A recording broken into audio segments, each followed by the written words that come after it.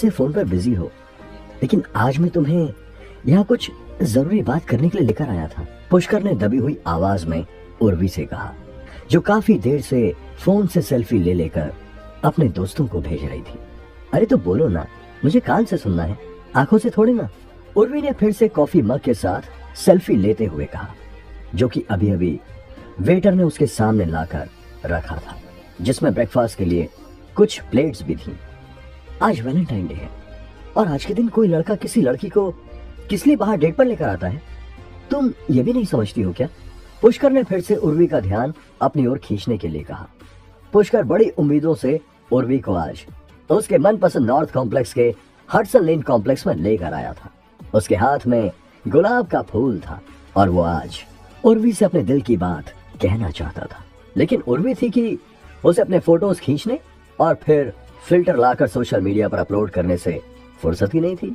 उर्वी, मैं तुमसे अपने दिल की बात कहना चाहता हूँ और वो ऐसे तो नहीं की जा सकती ना? पुष्कर ने फिर से झिझकते हुए उर्वी से कहा, मैं तुम्हारे दिल की बात पहले भी सुन चुकी हूँ और तुम्हें बता भी चुकी हूँ कि मुझे तुम्हारी फालतू बातों में कोई इंटरेस्ट नहीं है। रही बात यहाँ तुम्हारे साथ आने की, तो मेरा मन था घूमने का, तो मैं आ गई। That's it. अब इसमें इतना बात का बतंगड़ बनाने की क्या जरूरत है? उर्वी ने फिर से इतराते हुए पुष्कर से कहा, लेकिन मैं तुमसे प्यार करता हूँ उर्वी, और मैं तुम्हारे लिए कितना इमोशनल हूँ ये तुम अच्छी तरह जानती हो। Please try to understand my feelings. Pushkar ने उर्वी से कहा, यार पुष्कर, तुम तो चेपी हो जा रहे हो। अरे मैं तुम्हें समझा तो चुकी हूँ ना, मेरे दिल में तुम्हारे लिए कोई फीलिंग्स नहीं है, फिर क्यों बार बार तोते की तरह एक ही बात की रट लगाए जा रहे हो?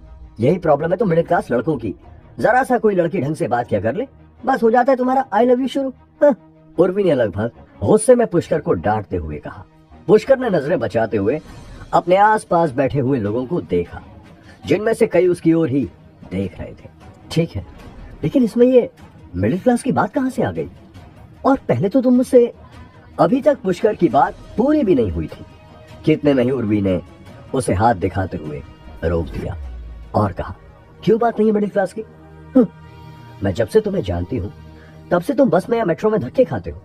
अरे सोचो, अगर मैं तुमसे दोस्ती करूंगी तो मैं भी ऐसे ही ट्रैवल करूंगी। तुम्हें पता है मेरी सैंडल 4500 की है, इतने में तो तुम्हारे सारे कपड़े आ जाएंगे। वो क्या कहते हैं, इंसान को अपनी औकात के हिसाब से पैर फैलाने चाहिए, something like that. Hope you got it now. तुम मेरी बेइज्जती कर रही हो उर्वी। पुष्कर की आंखों में पानी आ चुका था, लेकिन किसी तरह पुष्कर ने अपने आंसुओं को पलकों पर रोक रखा था। लेकिन उर्वी का गुस्सा कम नहीं हो रहा था। उसने तपाक से कहा, बेइज्जती नहीं, तुम्हें सच्चाई बता रही हूँ। मैं तुमसे बात कर लेती हूँ, इतनी खुशी बहुत है तुम्हारे लिए। उर्वी आगे भी कुछ कहना चाहती थी, लेकिन तभी उसके फोन पर किसी का मैसेज आया और वो उस मैसेज का रिप्लाई देने में बिजी हो गई। और तभी पुष्कर को भी मौका मिल गया कि वो गर्दन नीचे झुकाकर अपनी आंखों में आए हुए आंसुओं को पोंछ सके और छिपी हुई नजरों से आसपास मौजूद उन सभी लड़के और लड़कियों को देख सके जो इस समय उसे देखकर हंस रहे थे और कुछ उस पर तरस खा रहे थे। पुष्कर ने अपने हाथ में लिया हुआ गुलाब का लाल फूल वापस से अपनी जेब में रख लिया और फिर से नजर उठाकर उर्वी की ओर देखने की कोशिश की, मगर उसकी हिम्मत नहीं हो रही थी, ना तो उर्वी की ओर देखने की और ना ही वहां से उठने की। मैं चलती हूँ पुष्कर, मुझे अपने किसी दोस्त के साथ जाना है, उर्वी ने कहा और अपना बैग संभालने लगी। लेकिन तभी धीमी आवाज में पुष्कर ने कहा, मैं जानता हूं तुम किससे मिलने जा रही हो। ये वही कमीना अयान है ना? मैंने उसके मैसेजेस तुम्हारे फोन में पढ़े थे। कितनी गंदी और छिछोरी बातें करता है वो, और तुम उसे अपने साइज भी बता रही थी। क्या तुम्हें ऐसी बातें उसे करनी चाहिए?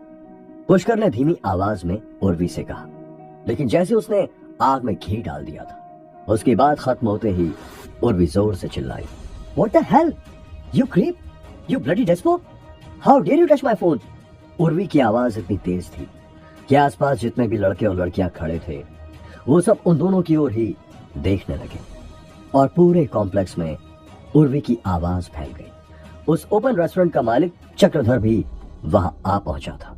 देखिए, आप दोनों को लड़ाई करनी है तो प्लीज यहाँ से चले जाइए, यहाँ तमाशा मत बनाइए, मेरे बाकी कस्टमर्स को प्रॉब्लम हो रही है, चक्रधर ने तेज आवाज में पुष्कर की ओर देखते हुए कहा। पुष्कर ने उर्वी को शांत होने का इशारा किया, लेकिन उर्वी का पारा बहुत हाई था। उसने अचानक ही सामने रखी हुई प्लेट्स और वैलेंटाइन डे के डेकोरेशन के लिए रखा गया फ्लावर पॉट उठाया और जमीन पर पटक दिया। तुम आज के बाद अपनी शक्ल भी मुझे मत दिखाना, समझे? उर्वी ने चिल्लाते हुए कहा और चल पड़ी। पुष्कर भी उर्वी के पीछे पीछे चलते हुए चिल्लाया, उर्वी रुक जाओ, रुक जाओ, तुम मुझे गलत समझ रही हो। पुष्कर दौड़ते हुए उर्वी के पीछे जाने के लिए आगे बढ़ा ही था कि तभी चक्रधर ने उसका हाथ पकड़कर खींच लिया और चिल्लाते हुए कहा, अरे तू कहां जा रहा है बे? ये जो सामान टूटा है उसका पैसा तेरा बाप देगा। तमीज से बात करो, तुम ऐसे कैसे बात कर रहे हो मुझसे? पुष्कर ने अपना हाथ चक्रधर से झड़कते हुए कहा, तमीज के साथ ही ऐसा चाटा मारूंगा ना, अकल ठिकाने आ जाएगी तेरी। साले 1.5 पसली तू सिखाएगा मुझे तमीज? पैसे निकाल मेरे। चक्रधर आगे बढ़ा और पुष्कर को गले से पकड़कर बोला। आसपास के सभी लोग पुष्कर का तमाशा बनते हुए देख रहे थे। लड़की पटाने चले हैं और जेब में 2 आने नहीं होते तुम जैसों के।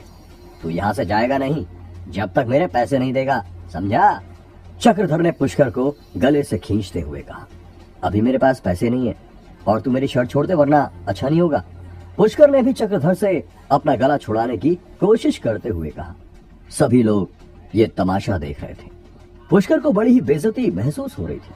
फिर अचानक ही पुष्कर ने चक्रधर से अपना गला छुड़ाने की कोशिश करते हुए उसके गाल पर एक चांटा चढ़ दिया और यही पुष्कर की सबसे बड़ी गलती थी। चांटा लगते ही चक्रधर ने पुष्कर की गिरेबान तो छोड़ दी थी, मगर फिर वो आगे बढ़ा और एक जोरदार मुक्का पुष्कर के पेट में दे मारा। आह! डर से बिलबिलाता हुआ पुष्कर नीचे गिर पड़ा और अगले ही पल पुष्कर ने देखा कि चक्रधर और उसके रेस्टोरेंट में काम करने वाले उसके साथ ही लाठी डंडे लेकर उस पर टूट पड़े हैं। साले, इतनी हिम्मत हो गई तेरी? गंदी गंदी गालियां देते हुए चक्रधर और उसके 4-5 आदमी पुष्कर पर टूट पड़े थे और पुष्कर को बुरी तरह से मार रहे थे। वहां मौजूद सभी लोग पुष्कर को ऐसे पीटते हुए देख तो रहे थे, पर उनमें से किसी में भी इतनी हिम्मत नहीं थी कि वो आगे बढ़कर उसे बचाने की कोशिश भी करे। प्लीज बचाइए मुझे, प्लीज कोई पुलिस को कॉल करो, पुष्कर चिल्ला रहा था। लेकिन जैसे सभी बुत बने हुए उसकी ओर देखे जा रहे थे और तभी पुष्कर के चेहरे पर चक्रधर के आदमी ने जोर से लात मारी, जिससे पुष्कर के मुंह से तेजी से खून बहने लगा। साले, मुझ पर हाथ उठाएगा तू? इतनी हिम्मत हो गई तेरी? ये आखिरी शब्द थे जो पुष्कर के कानों में पड़े और उसके बाद उसकी आंखें बंद होने लगी थी। धुंधली आंखों से वो उसी फूल को निहार रहा था जो वो उर्वी को देने के लिए लाया था और अब वो उन लोगों के पैरों के नीचे कुचला जा चुका था। आसपास के सीसीटीवी की रिकॉर्डिंग हटा दो और पुलिस को कॉल कर दो। कह देंगे कि वैलेंटाइन डे के दिन लड़की के चक्कर में 2 ग्रुप की लड़ाई हो गई। बाकी हमें नहीं पता कि लड़कों ने इसे मारा है।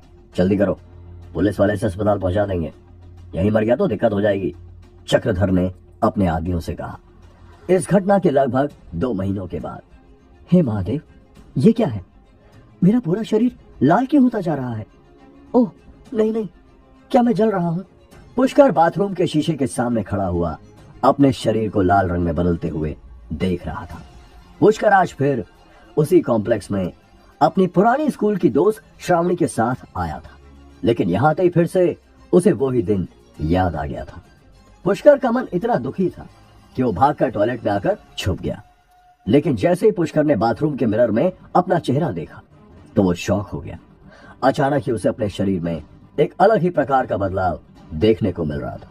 सांप, सांप, उफ, नहीं मुझे छोड़ दो, कहां से आए हो तुम? ये क्या हो रहा है मुझे?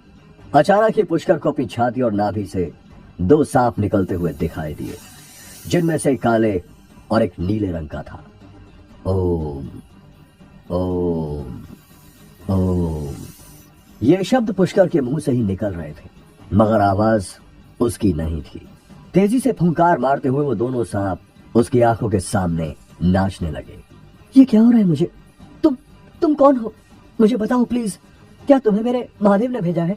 पुष्कर महादेव का भक्त था, लेकिन उसने कभी नहीं सोचा था कि एक दिन उसके शरीर में इतने खौफनाक बदलाव के साथ साथ उसके अंदर से ओम की ध्वनि भी आने लगेगी। बाहर से दरवाजा पीटने की जोर जोर से आवाज आ रही थी। ये श्रावणी की आवाज थी जो जोर जोर से चिल्लाते हुए कह रही थी, पुष्कर क्या हो गया तुम्हें? क्या तुम्हारे अंदर हिम्मत नहीं है? ऐसे छुपकर भागने से तुम्हें कुछ हासिल नहीं होगा। उधर बाथरूम के अंदर पुष्कर शीशे के सामने खड़ा था और अपने शरीर पर उभर रहे नीले और काले रंग के बेहद डरावने सांपों की ओर देख रहा था। पुष्कर ने मिरर में देखा कि उसकी आंखें लाल हो चुकी थी, जैसे कि उनमें किसी ने खून की बूंदें डाल दी हो। उसके दिल की धड़कनें तेज होती जा रही थी, पैर कांपने लगे थे। और हो भी क्यों ना, अपने शरीर पर ऐसे डरावने सांपों को देखकर कौन चीख पुकार नहीं करने लगेगा। फिर अचानक ही पुष्कर की आंखें फैलने लगी और उसने देखा कि उसके दोनों कंधों पर वो दोनों सांप फन उठाए सामने की ओर ही देख रहे थे। पुष्कर सामने के मिरर में उन सांपों को अपनी ओर देखते हुए देखकर बुरी तरह से डर रहा था। पुष्कर, तुम बाहर आते हो या मैं सिक्योरिटी को बुलाकर इस गेट को तोड़वा दूं? आज पूरे 2 महीने बाद तुम अपने पैरों पर खड़े हो पाए हो। कॉलेज के एग्जाम्स कुछ ही दिन में स्टार्ट होने वाले हैं। ऐसे डरपोक की तरह हर बात पर बाथरूम में छुप जाओगे तो कैसे चलेगा? और तुम अंदर बैठकर ना जाने क्या कर रहे हो? क्या मुंह दिखाओगे तुम अपने परिवार को? तुम बाहर आते हो या नहीं? श्रावणी ने तेज आवाज में पुष्कर को धमकी देते हुए कहा। लेकिन पुष्कर के कानों में श्रावणी की यह आवाज पड़ ही नहीं रही थी। वो तो इस समय उन सांपों की आंखों में देख रहा था जो सीधे उसकी ओर ही घूर रहे थे। अचानक ही पुष्कर ने उनमें से काले सांप की आंख में घूरा और पुष्कर के सामने का नजारा ही बदल गया। उसने देखा कि वो खुद एक पहाड़ की चोटी पर खड़ा हुआ है, जहां ऊपर आकाश से सांपों की बारिश हो रही थी जो नीचे खाई में गिरते जा रहे थे। फुंकारे मारते हुए सांप नीचे गिरकर खाई में इकट्ठे हो रहे थे। ये बहुत ही डरावना सीन है। पुष्कर की सांसें फूल रही थी। वो वहां से हटना चाहता था, लेकिन तभी उसने ध्यान दिया कि उसके पैरों के नीचे की चट्टान धीरे धीरे जमीन में धंस रही है और वो खाई की ओर बढ़ रहा है। नहीं नहीं, मुझे बचाओ, बचाओ मुझे, ये क्या हो रहा है? रोको इस चट्टान को। लेकिन चट्टान नीचे धंसती ही जा रही थी और पुष्कर और सांपों के बीच की दूरी खत्म होती जा रही थी। पुष्कर कहाँ है और उसके साथ क्या हो रहा है? वो काले सांप कहां से आए थे? 2 महीने तक पुष्कर हॉस्पिटल में क्यों था? क्या उर्वी पुष्कर की जिंदगी से हमेशा के लिए चली गई है? जानने के लिए सुनिए ओमकारा की एक्साइटिंग कहानी सिर्फ पॉकेट एफएम पर।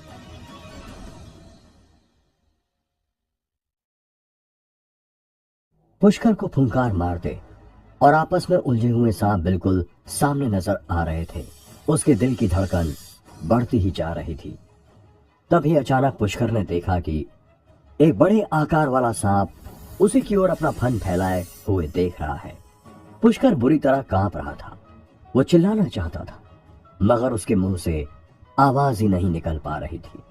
और अगले ही पल उस फुंकारते हुए लाल आंखों वाले सांप ने पुष्कर की ओर छलांग लगा दी। पुष्कर ने उससे बचने के लिए अपना हाथ लहराया और तभी कांच के टूटने की तेज आवाज आई। पुष्कर, तुम बाहर आते हो या नहीं? और कांच के टूटने की आवाज के साथ ही पुष्कर के कानों में श्रावणी की आवाज भी पड़ी। पुष्कर ने देखा कि उसके हाथ से बाथरूम का मिरर टूटकर नीचे गिर गया है। प्लीज मुझे छोड़ दो, मेरे पूरे शरीर में भयंकर जलन हो रही है। आखिर हो कौन तुम? पुष्कर बड़ी मुश्किल से सांस खींचता हुआ बोला। फिर पुष्कर ने जल्दी से अपने कपड़े उतारे और देखा कि उसका पूरा शरीर अजीब तरह से लाल हो गया था। ये क्या है? क्या मैं जल गया हूं? पुष्कर ने खुद से कहा। पुष्कर ने आह भरी और बाथरूम के मिरर की ओर देखा, जो मकड़ी के जाल की तरह टूटकर नीचे गिर गया था। वो सांप, वो खाई, क्या था वो सब?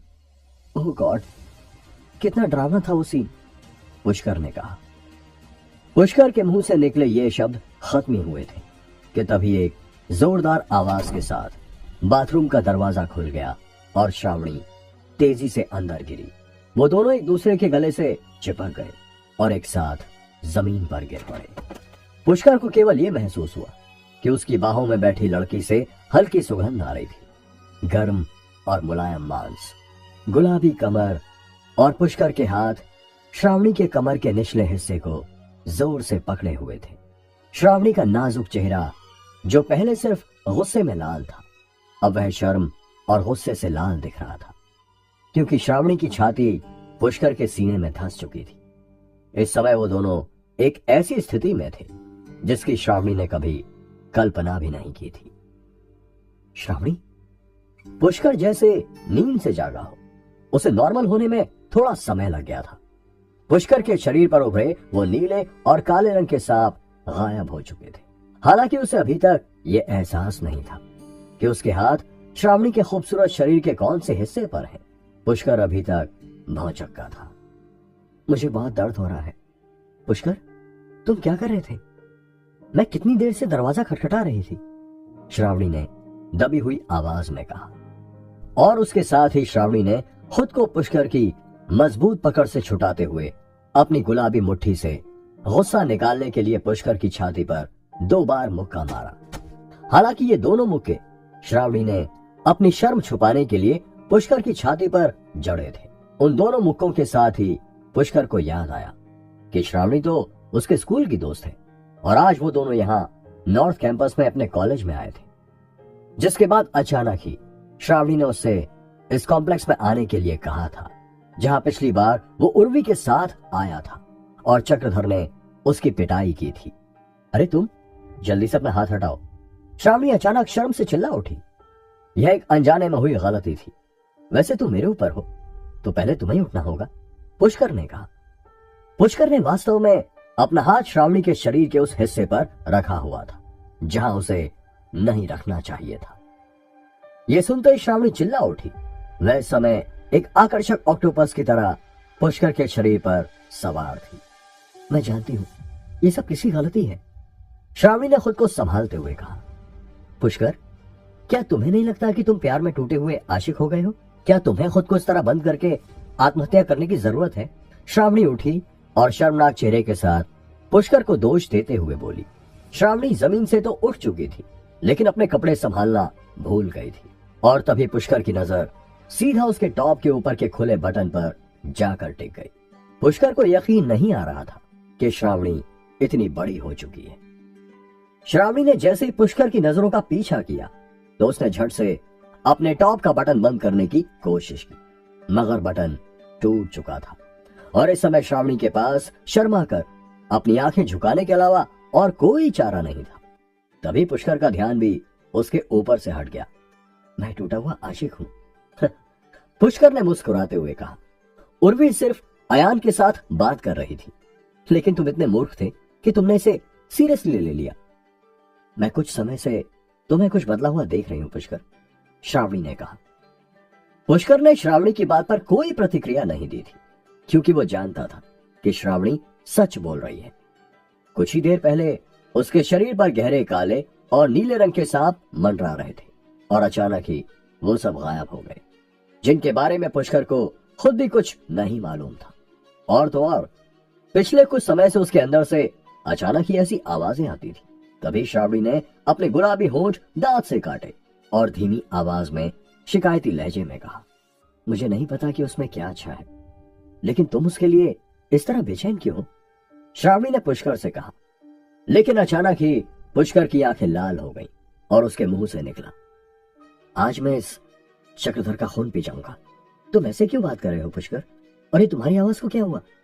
ओह, तुम्हारी आंखें। श्रावणी ने अचानक ही पुष्कर के उस बदले हुए रूप को देखा।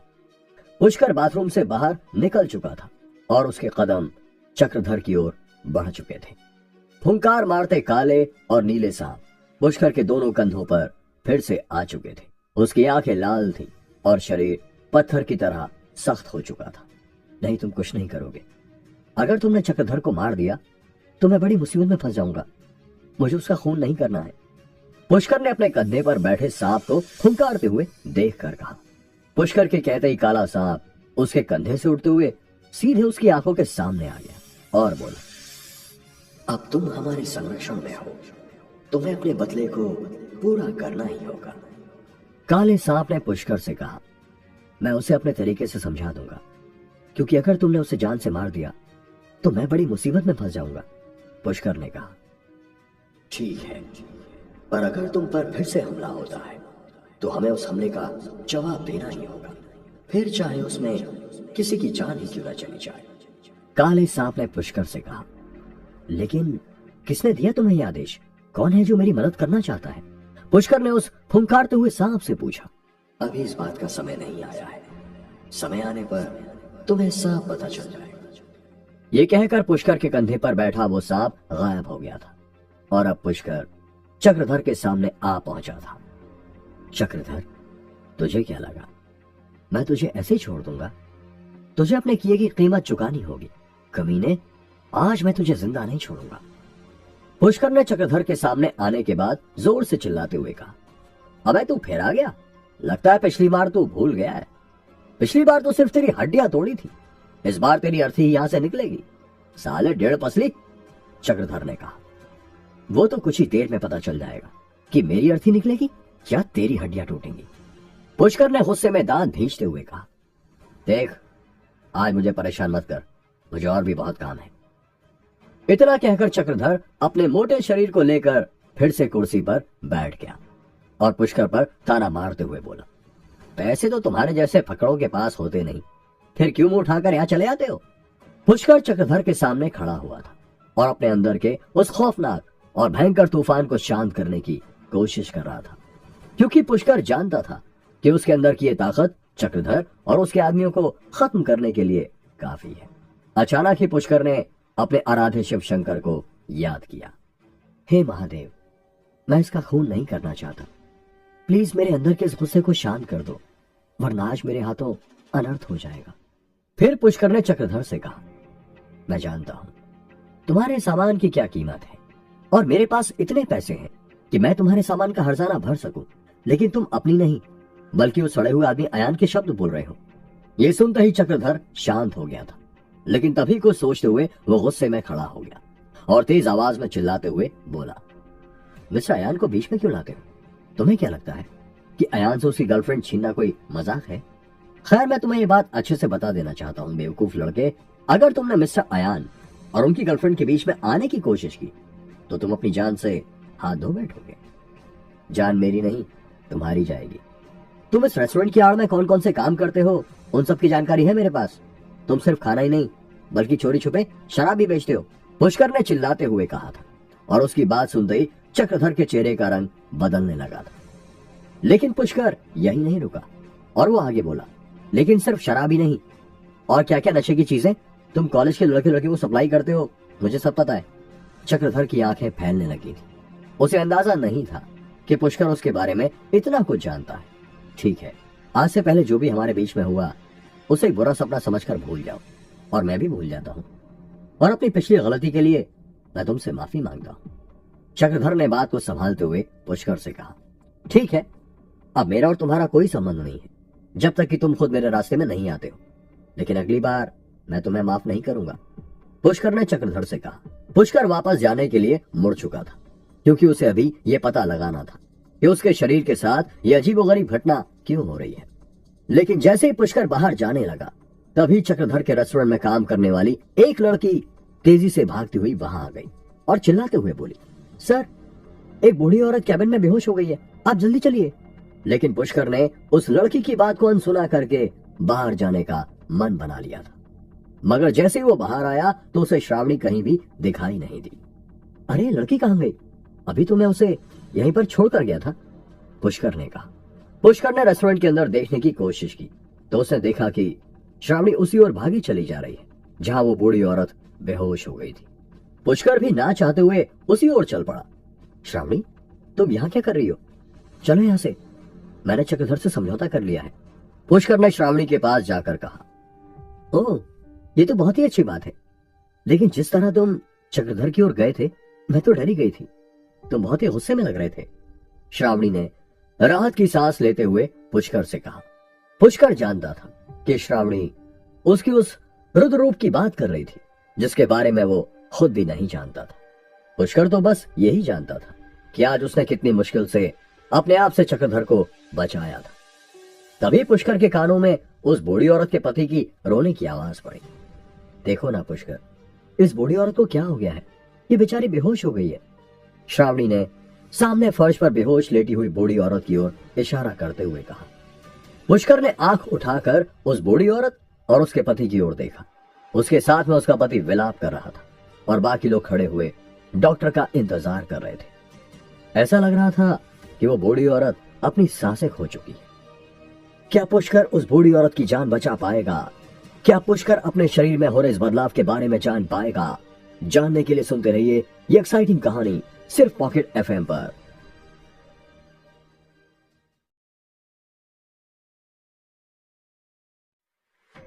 अचानक ही उस बूढ़ी औरत की ओर देखते हुए पुष्कर को फिर से अपने शरीर में बदलाव की वही तरंग महसूस होने लगी जो कुछ देर पहले बाथरूम में हो रही थी। ओ स्वीट हार्ट, तुम मुझे इतनी जल्दी छोड़कर नहीं जा सकती। पहले मुझे जाना था, अब मैं तुम्हारे बिना कैसे जी पाऊंगा। पुष्कर के कानों में उस बूढ़े आदमी के रोने की आवाज पड़ रही थी। पुष्कर ने दबी हुई आवाज में खुद से कहा, कहाँ हो तुम? अभी मुझे तुम्हारी जरूरत है। अचानक ही पुष्कर को लगा कि उसकी नसों में बहने वाला खून तेजी से दौड़ने लगा है और उसके दिमाग में तेज ऊर्जा का संचार होने लगा है। डॉक्टर और नर्स आ चुके थे और डॉक्टर ने उस बूढ़ी औरत को मृत घोषित कर दिया था। साथ में खड़ी हुई नर्स ने सफेद कपड़ा उस बूढ़ी औरत के ऊपर डाल दिया और सभी को पीछे हटने का निर्देश दिया, लेकिन बूढ़ा आदमी उसे छोड़ने के लिए तैयार नहीं था। मुंह से कुछ मत बोलना, बस चुपचाप देखते रहो और अपने शरीर को ढीला छोड़ दो। काले सांप के शब्द पुष्कर के कान में सुनाई दिए। अचानक ही पुष्कर आगे बढ़ा और उसने उस बूढ़ी औरत के चेहरे से सफेद कपड़ा हटा दिया और उसकी नब्ज पकड़कर देखने लगा। अरे कौन है ये लड़का? ये पागल है क्या? वो औरत मर चुकी है, डॉक्टर ने चिल्लाते हुए कहा। उसने अपने साथियों को इशारा किया और पुष्कर को एक और हटाने के लिए कहा, लेकिन पुष्कर के कानों में किसी और की कोई भी आवाज नहीं पड़ रही थी। उसने उस बूढ़ी औरत का हाथ पकड़ा और कुछ मंत्र बुदबुदाए और कुछ ही देर में पुष्कर को एहसास हुआ कि उसके शरीर में उड़ता हुआ तेज गर्म उफान उस बूढ़ी औरत के शरीर में प्रवाह होने लगा है। श्रावणी और चक्रधर के साथ साथ बूढ़ी औरत का पति भी पुष्कर की ओर घूर रहा था। किसी को भी यह समझ नहीं आ रहा था कि यहाँ क्या हो रहा है। जब वो औरत मर चुकी है तो पुष्कर क्यों सभी लोगों का समय बर्बाद कर रहा है? उधर पुष्कर अपने मन के अंदर उड़ती हुई तेज ओम के उच्चारण की ध्वनि को साफ साफ सुन सकता था। इस समय अचानक ही उसे अपनी आंखों के सामने एक बूढ़ा आदमी दिखाई देने लगा जो किसी ऊंचे पर्वत पर बैठकर तेज आवाज में ओम का जाप कर रहा था। उस बूढ़े आदमी की वेशभूषा किसी अघोरी के जैसी थी और जो काले और नीले सांप पुष्कर को अपने कंधों पर दिखाई देते थे, वो ही सांप उस अघोरी के कंधों पर भी लिपटे हुए थे। अघोरी का रंग बिल्कुल काला था। उसके गले में रुद्राक्ष की बड़ी सी माला थी और बड़ी बड़ी दाढ़ी ने उसके पूरे चेहरे को ढका हुआ था। पुष्कर को लगातार अपने कानों में उस अघोरी के द्वारा बोले जा रहे मंत्र सुनाई पड़ रहे थे। फिर अचानक ही अघोरी के गले में लिपटे हुए सांप ने तेज फुंकार मारी और उधर घबराते हुए पुष्कर ने आंखें खोल दी।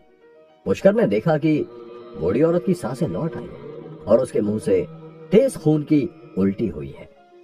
वो बूढ़ी औरत जो कुछ समय पहले अपनी सांसें छोड़ चुकी थी, वो उठकर बुरी तरह खांस रही थी।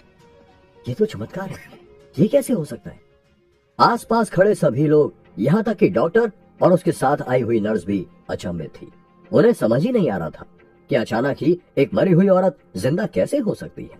ओह, तुम जिंदा हो गई स्वीट हार्ट। छोटे बच्चे, मैं तुम्हारा ये एहसान जिंदगी भर नहीं भूलूंगा। तुमने ये कैसे किया?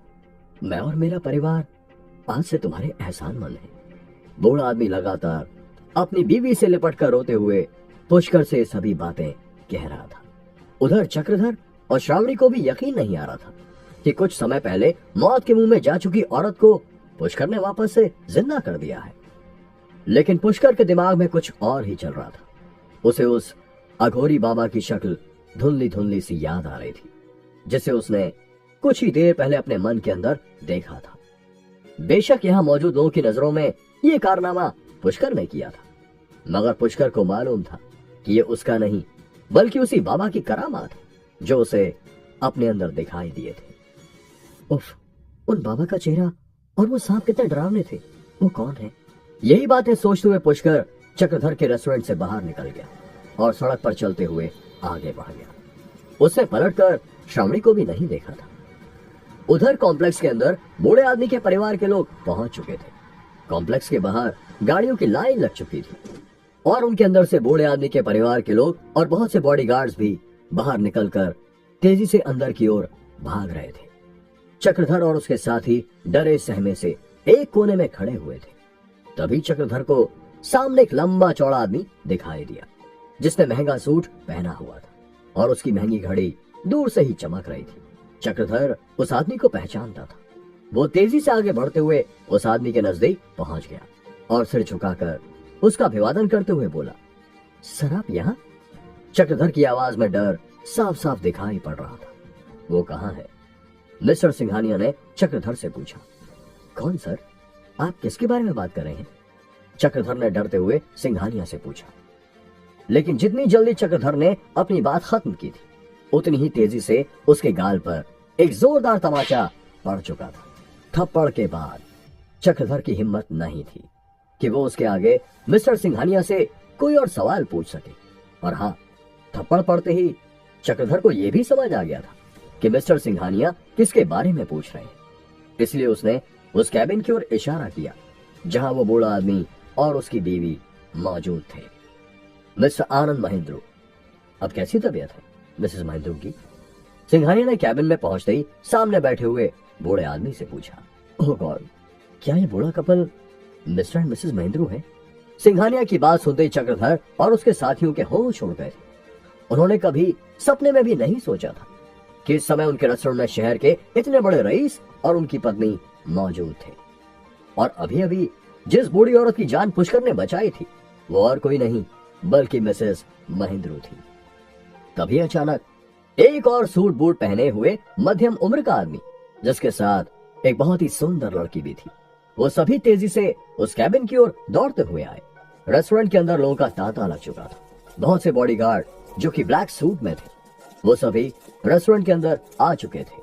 उधर पुष्कर सड़क के रास्ते चलते हुए एक सुनसान जगह पर पहुंच चुका था, जहां एक शांत झील थी और लोगों का आना जाना ना के बराबर था।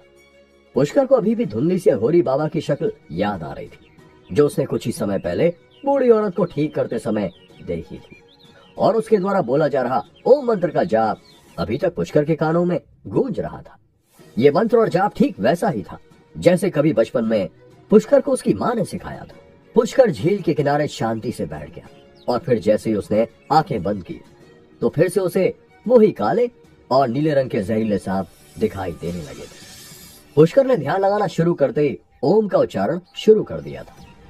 जब भी तुम्हें कुछ समझ ना आए और जिंदगी में बहुत सी उलझनों ने तुम्हें घेर लिया हो, तो शांति से बैठकर ओम के जाप के साथ महादेव को याद करना।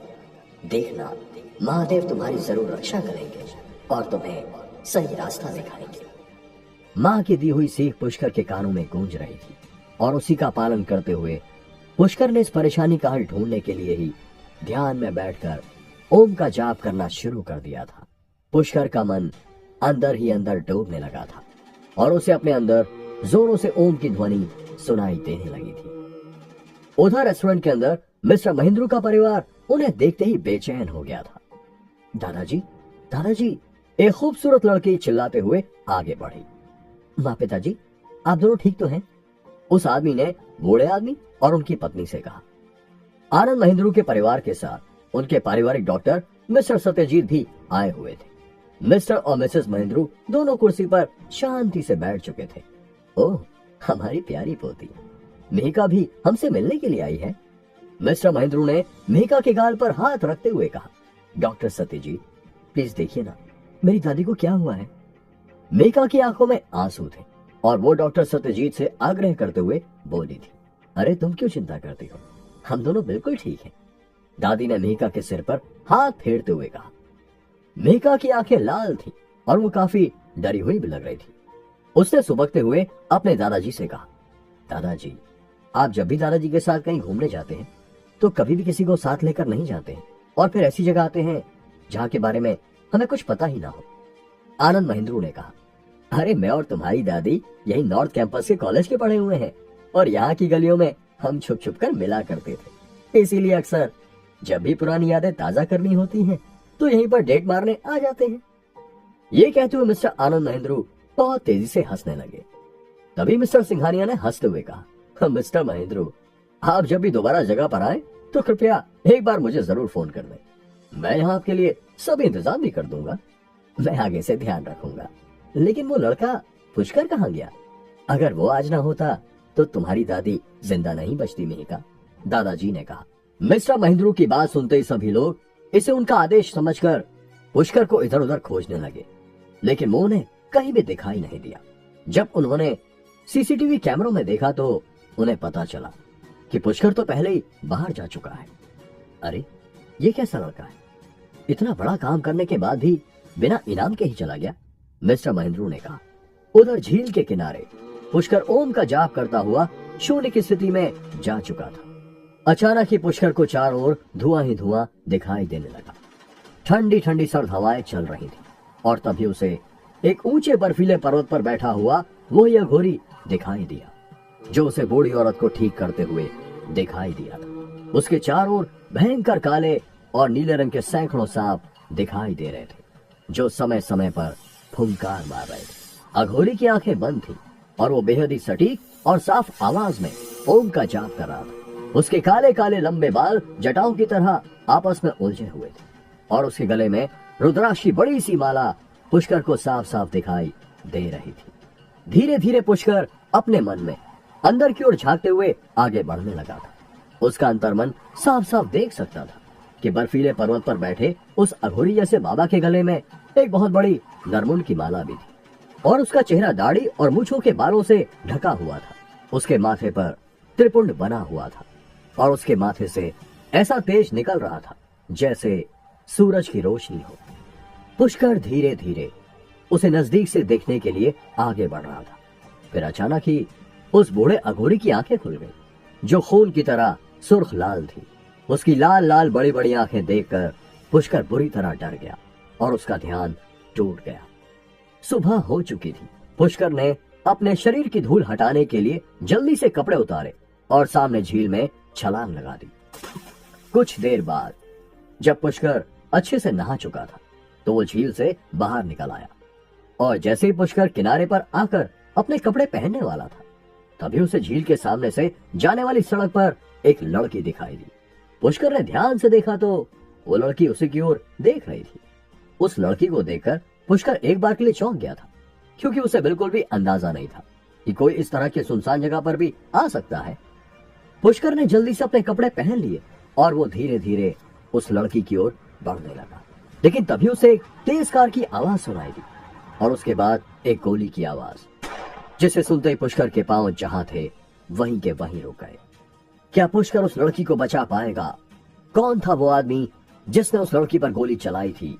जानने के लिए सुनते रहिए ये एक्साइटिंग कहानी सिर्फ पॉकेट एफएम पर।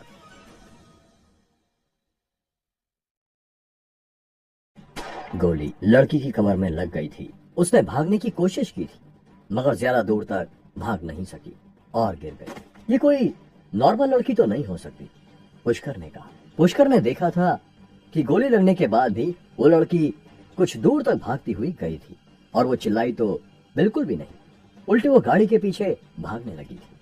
लेकिन तभी पुष्कर ने देखा कि जिस गाड़ी के ड्राइवर ने उस लड़की को गोली मारी है, वो लड़की को नीचे गिरा हुआ देखकर रुक गया है। उस गाड़ी में से एक आदमी निकल कर आया और उसने लड़की को उठाकर अपनी गाड़ी में डाल दिया। आगे बढ़ो, इंतजार किस बात का है? अचानक ही पुष्कर के कान के पास से आवाज आई। पुष्कर ने देखा कि उसके कंधे पर बैठा हुआ काला सांप उसे ही देख रहा है। तुम फिर आ गए, आखिर कौन हो तुम? उस सांप को देखते ही पुष्कर की हवाइयां उड़ गई थी। ये परिचय देने का समय है, पहले हमें उस लड़के की जान बचानी होगी, उस काले सांप ने कहा। नहीं, हम उस लड़के की जान क्यों बचाएंगे? तभी पुष्कर के कानों में दूसरी आवाज आई। उसने पलटकर देखा तो उसके दूसरे कंधे पर दूसरा नीले रंग का सांप था। पुष्कर हक्का बक्का रह गया था। वो बिल्कुल भी नहीं समझ पा रहा था कि ये दोनों सांप उसके कंधों पर क्यों बैठे थे और अचानक ही उस लड़की के लिए क्यों लड़ रहे थे। आप दोनों कौन हैं और मेरे कंधों पर क्यों बैठे हो? पुष्कर ने डरते हुए पूछा। तुम्हारे सवालों का जवाब देना हमारा काम नहीं है। इस समय जो मैं कह रहा हूं चुपचाप वो करो, काले सांप ने फुंकार मारते हुए कहा। लेकिन आप दोनों हैं कौन और क्यों मुझे परेशान कर रहे हो? मुझे डर लग रहा है, पुष्कर ने डरते हुए कहा। तुम्हें डरने की कोई जरूरत नहीं है, हम तुम्हारी रक्षा करने के लिए काफी हैं, काले सांप ने कहा। अरे वो तो इधर ही देख रहा है, तभी नीले सांप ने जोर से चिल्लाते हुए कहा। और अगले ही पल पुष्कर ने सामने की ओर देखा कि उस आदमी ने अपनी बंदूक का मुंह पुष्कर की ओर करके गोली दाग दी है। मगर इससे पहले कि वो गोली पुष्कर को छू पाती, पुष्कर एक और हवा में उड़ गया और उस गोली के रास्ते से हट गया। पुष्कर हवा में कलाबाजी खाकर वापस जमीन पर आ चुका था और जैसे ही उसने पांव फिर से जमीन पर रखे, पुष्कर ने तेजी से एक पत्थर का टुकड़ा उठाया और पूरी जान लगाकर तेज गति से उस आदमी की ओर फेंक दिया। पुष्कर जानता था कि ये गोली से बचना और हवा में कलाबाजी वो नहीं, बल्कि उसके दोनों कंधों पर बैठे हुए उन सांपों की करतूत थी।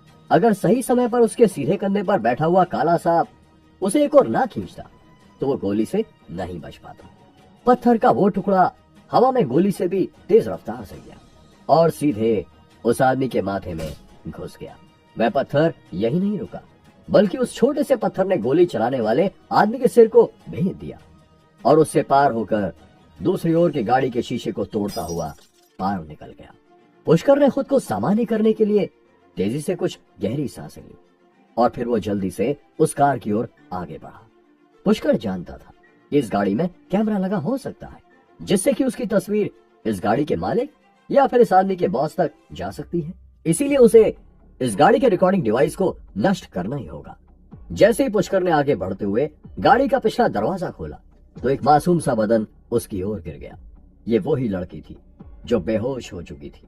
पुष्कर ने उस लड़की के मासूम चेहरे को देखा और पाया कि वो लड़की सचमुच बहुत ही खूबसूरत थी। उस लड़की ने एक सफेद ड्रेस पहनी हुई थी, जैसे कि वो किसी डिनर पार्टी में जा रही हो। उसकी खूबसूरत बाहें और पतली पतली उंगलियां देखकर ऐसा लग रहा था जैसे कि वो पियानो बजाती हो। तभी पुष्कर ने उसकी हथेलियों पर जख्म का निशान देखा, जिससे पुष्कर समझ गया कि उसने जरूर हाथ में खंजर पकड़ा हुआ होगा और उसके हाथ से खून की बूंदें भी नीचे गिर रही थी। पुष्कर ने उस लड़की को संभालते हुए ऊपर की ओर उठाने की कोशिश की और तभी उसकी नजर लड़की के गले से होते हुए नीचे गहराई तक चली गई। नजरों को संभालो, ये कई बार बड़ी मुश्किलों में डाल देती है। तभी उसके सीधे कंधे पर बैठे हुए काले सांप की आवाज पुष्कर के कान में पड़ी और पुष्कर ने अपनी आंखें उस लड़की के सीने से हटा ली। पुष्कर लड़की को उठाकर नीचे लिटाना चाहता था, मगर तभी उस लड़की के एक हाथ ने पुष्कर को कस कर पकड़ लिया और उसके गुलाबी होंठ धीरे से खुले। लड़की ने धीमी आवाज में पुष्कर से कहा, प्लीज मुझे बचा लो, प्लीज मुझे बचा लो। पुष्कर ने देखा कि गोली उस लड़की के कंधे के पास फंसी हुई है। पुष्कर ने सामने की ओर से लड़की के कंधे पर उंगली घुमाई और गोली की सही स्थिति को भांप लिया, लेकिन उसकी इस हरकत ने लड़की को दर्द से कराहने पर मजबूर कर दिया था। नतीजा ये हुआ कि वो लड़की दर्द में चिल्लाती हुई पुष्कर से लिपट गई। उफ, ये क्या है? ये तो बहुत ही गहरा घाव है। इसमें से कितना खून बह रहा है। इसकी तो हड्डी भी साफ नजर आ रही है। पुष्कर ने जैसे ही उस लड़की के कंधे का घाव देखा तो वो बेचैन हो उठा और बोला, इस लड़की को बचाना बहुत जरूरी है। तुम अपने हाथों को बिल्कुल ढीला छोड़ दो, मुझे इसके शरीर से ही गोली निकालनी होगी। पुष्कर को परेशान होता देखकर काले सांप ने कहा, ठीक है।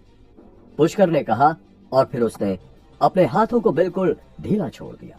जैसे ही पुष्कर ने अपने हाथों को ढीला छोड़ा तो उसका सीधा हाथ अपने आप उठा और उसकी दो उंगलियां लड़की के कंधे पर गोली से किए हुए घाव में घुस गई और फिर कुछ ही देर में सांप ने पुष्कर की उंगलियां इस्तेमाल करके लड़की के कंधे से गोली बाहर निकाल दी, लेकिन लड़की इस दर्द को सहन नहीं कर पाई और बेहोश हो गई। इसका बहुत खून बह रहा है, अगर ऐसे इसका खून बहता रहा तो ये मर भी सकती है। पुष्कर ने कहा, उन झाड़ियों की ओर चलो, मुझे उधर कुछ जड़ी बूटियों की महक आ रही है। सांप ने कहा। पुष्कर झील के किनारे पर उगी हुई झाड़ियों की ओर चल पड़ा। झाड़ियों के बीच में पहुंचते सांप ने फुंकार मारते हुए चारों ओर देखा और पुष्कर से कहा, वो जो नीले रंग के छोटे छोटे पौधे तुम्हें उस पत्थर के चारों ओर दिखाई पड़ रहे हैं, उन्हें उखाड़ लो। काले सांप के कहते ही पुष्कर आगे बढ़ा और उसने वो नीली पत्तियों वाले पौधे उखाड़ लिए और फिर वो वापस उसी लड़की के पास आ गया। इन्हें रगड़कर इसके घाव पर अच्छे से लगा, इससे खून भी रुक जाएगा और कुछ ही देर में इसे होश भी आ जाएगा। काले सांप ने कहा। ये सभी काम करने के बाद पुष्कर तेजी से गाड़ी में घुसा और उसके अंदर से कैमरा और उसकी रिकॉर्डिंग नष्ट कर दी। जब पुष्कर वापस से लड़की के पास पहुंचा तो उसने देखा कि लड़की ने करवट ली है, लेकिन उसने अभी तक अपनी आंखें नहीं खोली। पुष्कर कुछ देर तक उसके चेहरे को देखता ही रह गया। वो सचमुच बहुत ही ज्यादा खूबसूरत थी। अचानक ही उस लड़की की आंखें खुल गईं और उसने पुष्कर को अपने सामने देखते ही उससे पूछा, थैंक्स, लेकिन क्या मैं जान सकती हूँ कि आप कौन हैं? इट्स जस्ट अ कोइंसिडेंस, मैंने तुम्हारी जान बचा दी है, अब मुझे जाना है। Hope we will never meet again. ये कहते हुए पुष्कर लड़की को उसी स्थिति में छोड़कर वहां से चल पड़ा, क्योंकि वो किसी भी मुसीबत में नहीं पड़ना चाहता था। पुष्कर वापस शहर में आ चुका था और इस समय वो बहुत भूखा था, इसलिए वो एक रेस्टोरेंट में पहुंच गया जो उसके कॉलेज के बाहर ही था।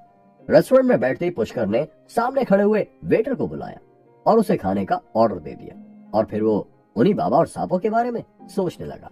पुष्कर की भूख पहले से बहुत ज्यादा बढ़ चुकी थी, क्योंकि उसके अंदर वो अकेला नहीं था। वो दृश्य अभी तक पुष्कर की आंखों के सामने घूम रहा था।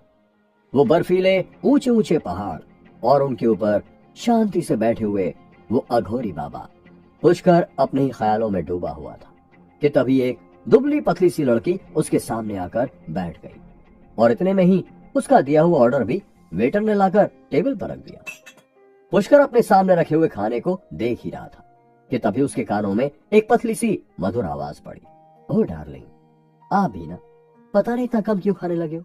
ये देखो, यहाँ की स्पेशल डिश रसमलाई तो आपने ली ही नहीं। पुष्कर ने उस लड़की की आवाज सुनते ही उसकी ओर घूर कर देखा। पुष्कर ने उसे पहले कभी नहीं देखा था, और अगर देखा भी था तो इस समय उसे बिल्कुल भी उसकी शक्ल याद नहीं आ रही थी। लेकिन वो लड़की ऐसे बर्ताव कर रही थी कि जैसे वो उसका हस्बैंड हो। उस लड़की ने सफेद चमकदार ड्रेस पहनी हुई थी और उसके मासूम चेहरे पर वो बड़ी बड़ी आंखें। उन्हें देखकर तो पुष्कर देखता ही रह गया था। सचमुच ऐसी अप्सरा जैसी खूबसूरती का पति कौन मर्द नहीं बनना चाहेगा। तभी सामने बैठी उस लड़की, जिसका नाम शिखा था, ने अपने दांतों से निचले होंठ को काटा और आंख मारते हुए पुष्कर की प्लेट में रसमलाई का कुछ हिस्सा डाल दिया। लेकिन पुष्कर अभी तक उसे समझ नहीं पाया था। माय डार्लिंग हस्बैंड, खाइए ना, अगर आप अच्छे से नहीं खाएंगे तो सचमुच मेरा दिल टूट जाएगा। शिखा ने मुस्कुराते हुए कहा, क्या हम दोनों एक दूसरे को जानते हैं? पुष्कर ने अपनी आंखें चढ़ाते हुए कहा। लेकिन पुष्कर ने अपनी बात खत्म भी नहीं की थी कि उससे पहले ही शिखा ने चम्मच भरकर उसके मुंह में रसमलाई डाल दी। शिखा, ये लड़का कौन है? तभी वहां पर 3 लोग आ गए और शिखा को पुष्कर को इस तरह से खाना खिलाते हुए देखकर उससे पूछने लगे। कार्तिक, जिसने शिखा से पूछा था, वो बेहद गुस्से में लग रहा था, यहाँ तक कि उसने अंदर आते समय हाथ में बियर की बोतल भी पकड़ी हुई थी। भाभी, क्या मेरा बड़ा भाई नितिन तुम्हारे लिए काफी नहीं है, जो तुम्हें चिलगोजे की भी जरूरत पड़ गई? कार्तिक ने गुस्से में दांत भींचते हुए कहा। कार्तिक की बात सुनते ही शिखा ने पुष्कर के मुंह में डाली हुई चम्मच बाहर निकाली और गुस्से में उसकी ओर देखते हुए कहा, मैंने तुम्हें कितनी बार समझाया कि मैं तुम्हारी कोई भाभी अभी नहीं हूं, पर तुम्हारे कान की तरह तुम्हारा दिमाग भी छोटा है, इसलिए शायद तुम्हें सीधी सीधी बातें समझ नहीं आती। अब ध्यान से इन्हें देख लो, यही मेरे बॉयफ्रेंड है और मैं दिल से इन्हें अपना पति मान चुकी हूँ, इसीलिए अब अपनी कबूतर ऐसी शक्ल लेकर यहाँ से गायब हो जाओ, सॉरी, उड़ जाओ। शिखा ने हाथों से उड़ने जैसा इशारा करते हुए कार्तिक का मजाक उड़ाते हुए कहा था, क्या ये सब कुछ तुम इस कल के लौंडे की वजह से बोल रही हो? अगर मैंने गलती से भी इसके जबड़े पर एक जड़ दिया ना, तो ये यहीं अपनी पैंट गीली कर देगा। कार्तिक ने पुष्कर की ओर देखते हुए कहा। कार्तिक की धमकी भरी बात से भी पुष्कर को कोई फर्क नहीं पड़ा था। उसे तो उल्टा ये सोचकर हंसी आ रही थी कि ये लड़की उसे एक शील्ड की तरह यूज कर रही थी। तुम उसे क्यों धमकी दे रहे हो? जब मैं तुम्हारे भाई को एक्सेप्ट नहीं कर रही हूँ तो इसका मतलब मैं उसे पसंद नहीं करती हूँ। क्या इतनी सी बात तुम लोगों को समझ नहीं आ रही है? शिखा को गुस्सा आ गया था, इसलिए उसने तेज आवाज में कार्तिक को डांटते हुए कहा था। इस बार पुष्कर ने भी कार्तिक की ओर देखा और उसकी अगरबत्ती जैसी पतली पतली बाजुओं को देखकर अचानक ही पुष्कर को हंसी आ गई। फिर पुष्कर का ध्यान उस बियर की बोतल की ओर गया जो कार्तिक के हाथ में थी। बेटा, जब शक्ल लेब्राडोर जैसी हो तो पिटबुल जैसी बातें नहीं किया करते।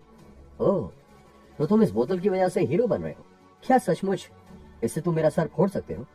इतना कहते ही पुष्कर ने उस बोतल को कसकर पकड़ा और एक झटके में ही तेज आवाज के साथ जोर से दबाते हुए पुष्कर ने उस बोतल को अपने एक हाथ से ही तोड़ दिया। क्या कार्तिक पुष्कर को ढूंढने के लिए आएगा? काला सांप जंगल में मिली उस अनजान लड़की को क्यों बचाना चाहता था? जानने के लिए सुनते रहिए ये एक्साइटिंग कहानी सिर्फ पॉकेट एफएम पर। बोतल के कांच फर्श पर गिर पड़े और तेज आवाज हुई।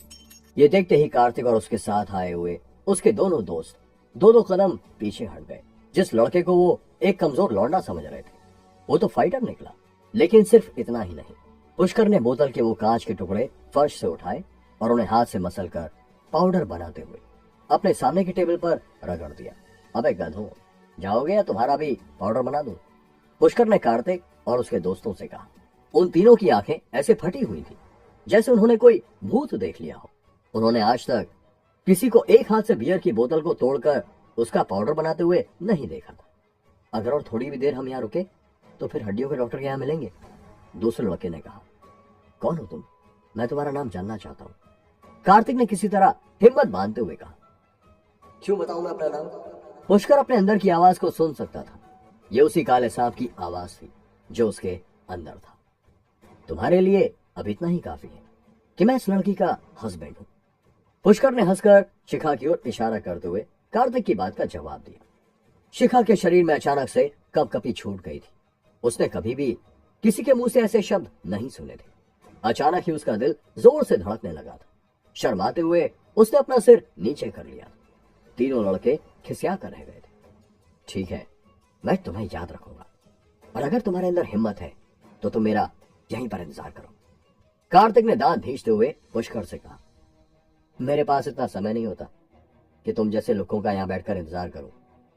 हिसाब तुम्हें बराबर करना है तो ढूंढना भी तुम्हें ही पड़ेगा। पुष्कर ने उन्हें टका सा जवाब दे दिया था। कार्तिक अब इससे ज्यादा बेइज्जती ना तो बर्दाश्त कर सकता था और ना ही पुष्कर का कुछ बिगाड़ सकता था। इसलिए वो चुपचाप अपने साथियों को लेकर वहां से चल पड़ा। सॉरी, शिखा ने धीमी आवाज में चम्मच मुंह में दबाते हुए पुष्कर से कहा, और इसी के साथ उसे ध्यान आया कि जो चम्मच उसने अपने दांतों के बीच दबाई है वही उसने कुछ देर पहले पुष्कर के मुंह में डाली थी। ये ध्यान आते ही शिखा बुरी तरह से शर्मा गई। ओह गॉड, तो क्या ये मेरी पहली किस थी? शिखा ने मन ही मन कहा और फिर हल्के से नजर उठाकर पुष्कर की ओर देखा। लेकिन वो इतना शर्मा रही थी कि ज्यादा देर तक पुष्कर की ओर देख ही नहीं सकी और फिर आहिस्ता से गर्दन झुकाकर बोली, मैं माफी चाहती हूँ कि मैंने आपका इस तरह से इस्तेमाल किया। लेकिन शिखा की बात खत्म ही नहीं हुई थी कि उसे किसी के तेज तेज चलने की आवाज सुनाई दी। शिखा ने सिर उठाकर देखा तो पुष्कर तेजी से उठकर वहां से चल पड़ा था। हेलो मिस्टर, मेरी बात अभी खत्म नहीं हुई है। शिखा जल्दी से उठी और पुष्कर के पीछे पीछे दौड़ती हुई उसके पास आकर बोली, मैं उन लोगों की बात कभी नहीं सुनता जो मेरा फायदा उठाने की कोशिश करते हैं। पुष्कर ने चिढ़ते हुए शिखा से कहा, लेकिन मैं उसके लिए माफी मांगती हूँ और तुम्हें आज डिनर के लिए इनवाइट करना चाहती हूँ। शिखा ने कहा, कोई जरूरत नहीं है, मुझे अकेले ही खाना पसंद है। पुष्कर ने कहा और फिर आगे की ओर बढ़ गया। पुष्कर का जवाब सुनकर शिखा सन्न रह गई थी। उसने मन ही मन कहा, अरे मुझे आज तक किसी ने ऐसा जवाब नहीं दिया, और तो और लड़के तो मेरे आगे पीछे घूमते हैं और मेरे साथ डिनर पर जाने के लिए मरते हैं, और एक ये लड़का है जिसे मैंने खुद इनवाइट किया, मगर इस लड़के ने तो मुझे बिल्कुल इग्नोर कर दिया। शिखा चुप हो गई थी। वो भौचक्की सी खड़ी हुई पुष्कर को जाते हुए देख रही थी। ओहो, तुमने मुझे उससे ढंग से बात क्यों नहीं करने दी? तुम्हें दिखाई नहीं देता कि वो कितनी सुंदर थी?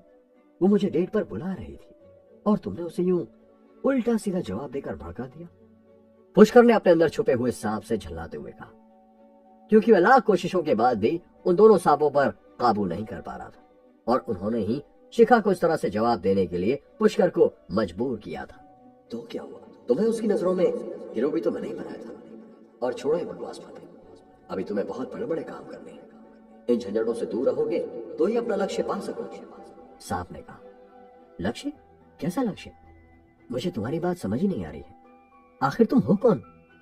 कभी तो मेरी मदद करते हो और कभी मुझे इस तरह से शर्मिंदा करा देते हो। पुष्कर ने झल्लाते हुए कहा, कहा ना, तुम्हें समय आने पर सब पता चल जाएगा। सांप ने जवाब दिया, लेकिन कब? कब बताओगे मुझे? सुनो, हेलो। लेकिन फिर पुष्कर को अपने अंदर से कोई आवाज सुनाई नहीं दी। धीरे धीरे चलते हुए पुष्कर अपने कॉलेज पहुंच चुका था और उसके बाद वो लाइब्रेरी में जाकर बैठ गया।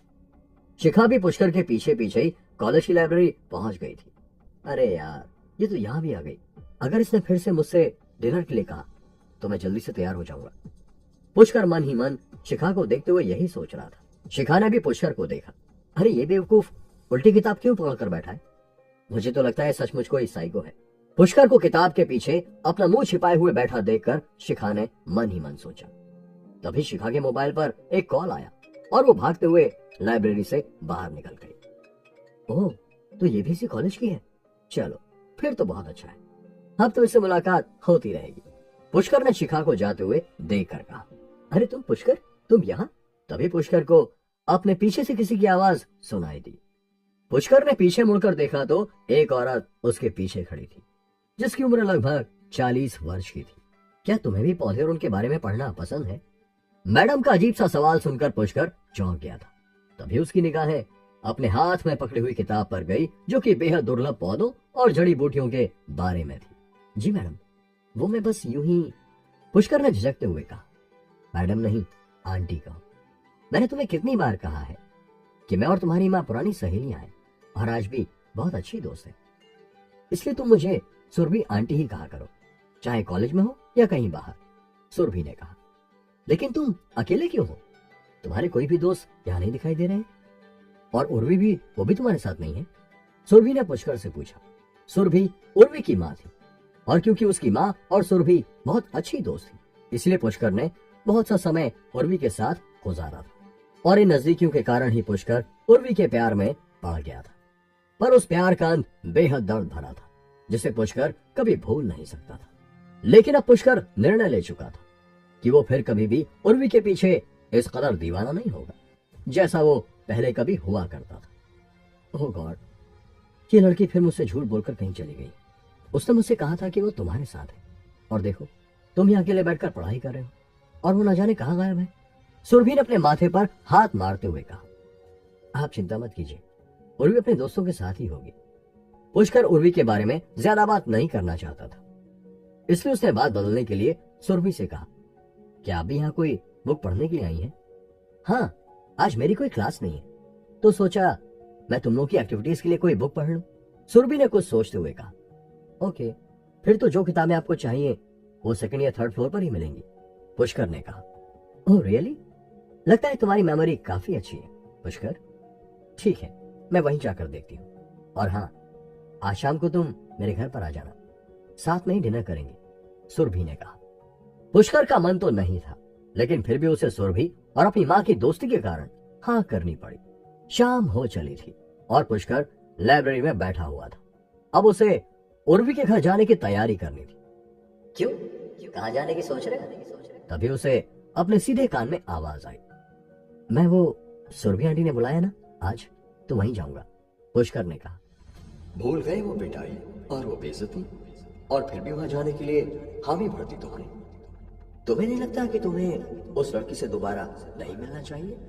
कान के पास बैठे हुए सांप ने कहा। मैं कुछ नहीं बोला हूं, लेकिन सुरभि आंटी ने कहा तो मैं उन्हें मना नहीं कर पाया था, पुष्कर ने जवाब दिया। सुरभि आंटी कल कुएं में कूदने के लिए कहेंगी तो वहां भी कूद जाओगे। अरे अपनी कोई सेल्फ रिस्पेक्ट है या नहीं तुम्हारे अंदर? काले सांप ने कहा। Self respect? सेल्फ रिस्पेक्ट क्यों नहीं होगी? अरे मैं मर्द हूं, एक बार जो ठान लेता हूं तो फिर कदम पीछे नहीं हटाता, पुष्कर ने दांत भींचते हुए कहा। हाँ, वो तो हम बहुत अच्छी तरह से जानते हैं, कितने बड़े मर्द होते हैं। लड़की देखी नहीं कि लार टपकनी शुरू हो जाती है तुम्हारी, सांप ने कहा। नहीं नहीं, तुम मुझे गलत समझ रहे हो, पुष्कर ने कहा। अगर तुम्हें जाना है तो जाओ, लेकिन मैं तुम्हें पहले ही सावधान करना चाहता हूं कि आज अगर तुम वहां गए तो बहुत बड़ी मुसीबत में फंस सकते हो। कैसे मुसीबत? अरे मैं कोई डरपोक नहीं हूं, मैं अपनी परेशानी खुद हैंडल कर सकता हूं, पुष्कर ने आवेश में आकर कहा। मैंने जो ठीक समझा तुम्हें बता दिया, आगे तुम्हारी मर्जी। काले सांप ने फिर से कहा और गायब हो गया। मैं क्या कोई छोटा बच्चा हूं जो छोटी मोटी मुसीबत से डर जाऊंगा? अब तो मैं जरूर जाऊंगा। ओह, 6 बज चुके हैं, अब रूम पर जाने का समय नहीं है, मुझे सीधे ही सुरभि आंटी के घर जाना चाहिए। पुष्कर सीधे सुरभि के घर की ओर चल पड़ा और लगभग आधे घंटे में वो उनके घर पहुंच चुका था। आओ पुष्कर, मैं तुम्हारा इंतजार कर रही थी, डिनर जल्दी ही तैयार होने वाला है। वैसे क्या तुम्हें कुछ स्पेशल खाने का मन है? मैं कुछ और भी तुम्हारे लिए बना सकती हूँ, सुरभि ने पुष्कर को बैठने का इशारा करते हुए कहा।